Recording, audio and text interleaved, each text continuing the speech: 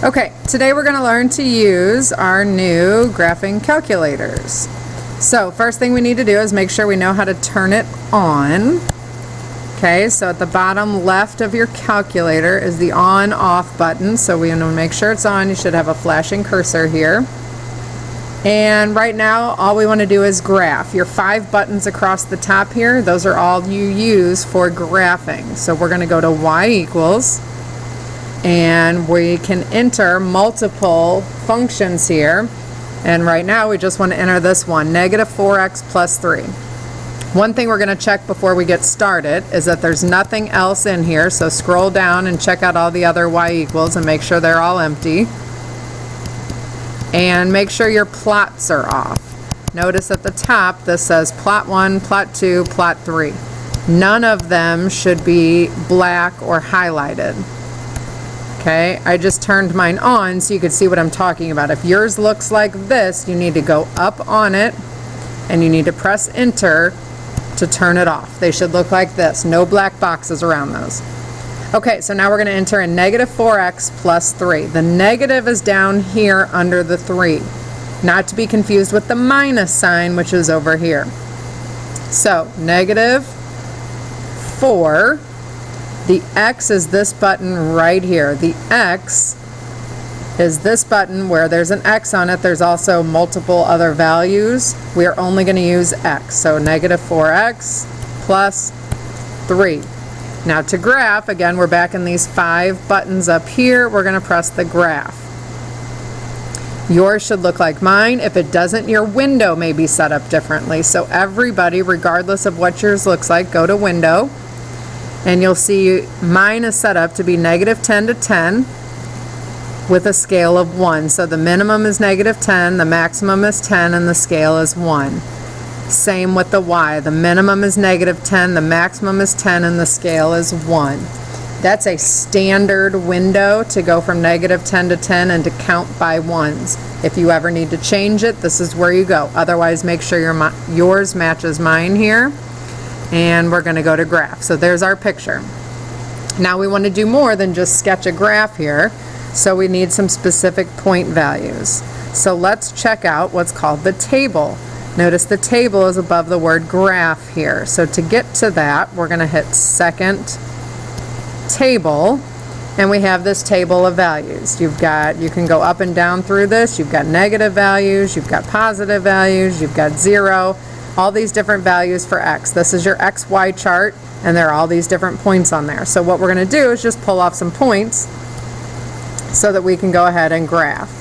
So I'm going to pull off the point 0, 3, plot that, 1, negative 1,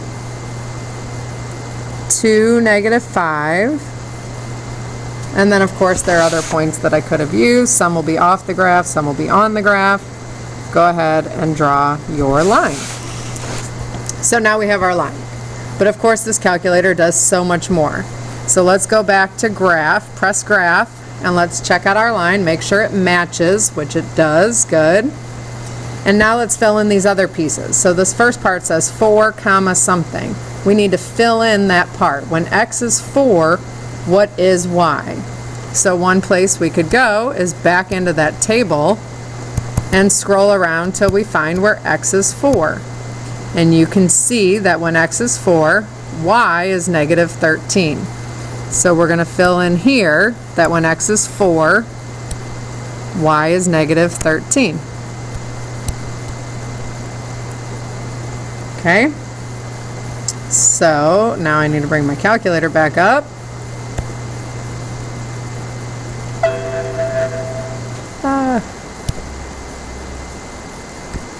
Okay, so now that I have my calculator back, I am good to go here. So now we need to find x-intercepts. Before we do that, let's find the y-intercept, because the y-intercept is much easier on the calculator. So the y-intercept is the value where x is 0. And as you know, from just looking at the line this way, we know that the y-intercept is 3. But let's find a quick and easy way to do that on the calculator. Again, we can go back to the table and we just find where x is 0 and y is 3. So that's the point 0, 3.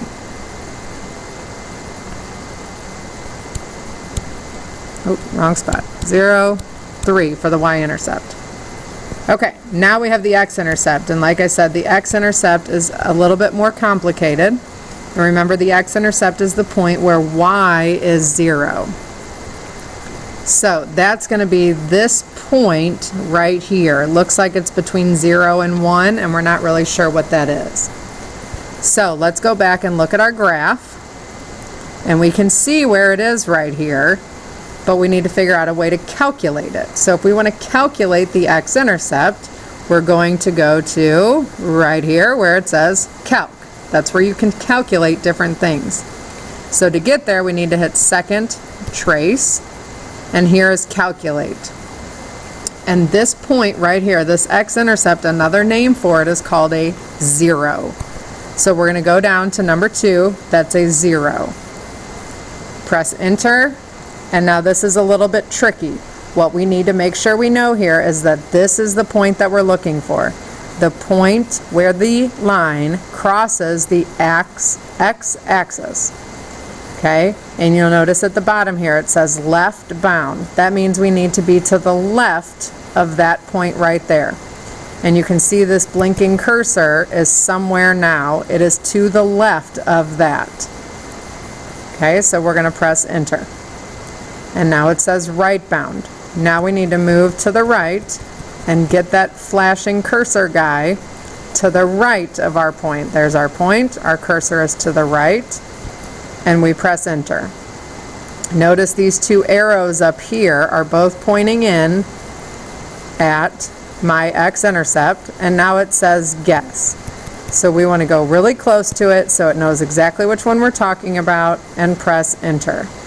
And it gives us the point, 0.75, comma, 0. That is our x-intercept. So 0.75, comma, 0 is our x-intercept. And so we've answered the questions for number 1. Okay, now let's go over and do number 2. Number 2, the very first thing that we need to do for number 2 is we need to put it in a y equals mx plus b form. It has to be in y equals mx plus b because we have to enter it into this y equals. So what are we going to do? We're going to minus 3x. So we have 2y equals negative 3x minus 6. Divide everything by 2. Y equals negative 3 over 2, x minus 3. So now let's figure out how to enter that in the calculator. So go to your y equals, make sure you have this screen up, and we need to get rid of what's there. Best way to do that is just hit delete. Delete, delete, delete will hit everything individually, or clear will clear the whole thing out, and it doesn't matter which way you do that. So now we're going to enter in negative 3 over 2x minus 3. So negative 3 over 2 is just 3 divided by 2. So 3 divided by 2, x minus 3. Make sure yours looks like mine before continuing. Press graph so we can see it. And there it is.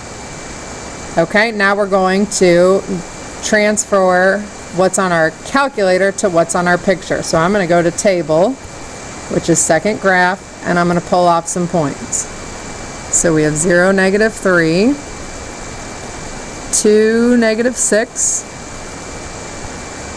I'm going to go up and check out some negatives. Negative 2, 0.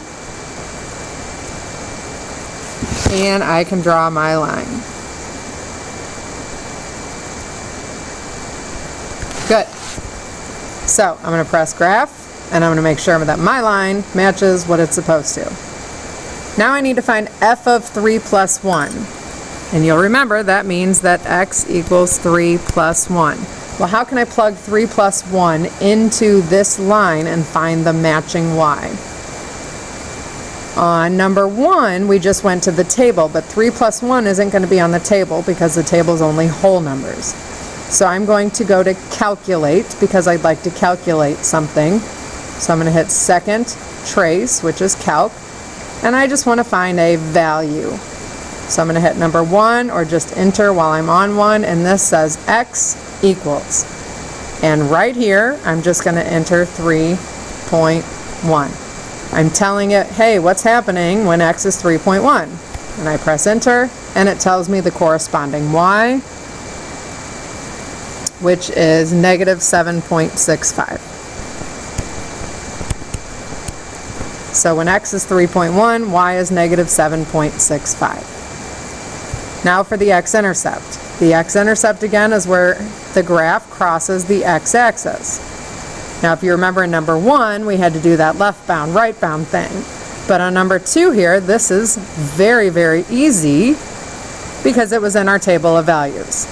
Okay, so we don't always have to go the hardest route. Here we have an x-intercept of negative 2, 0.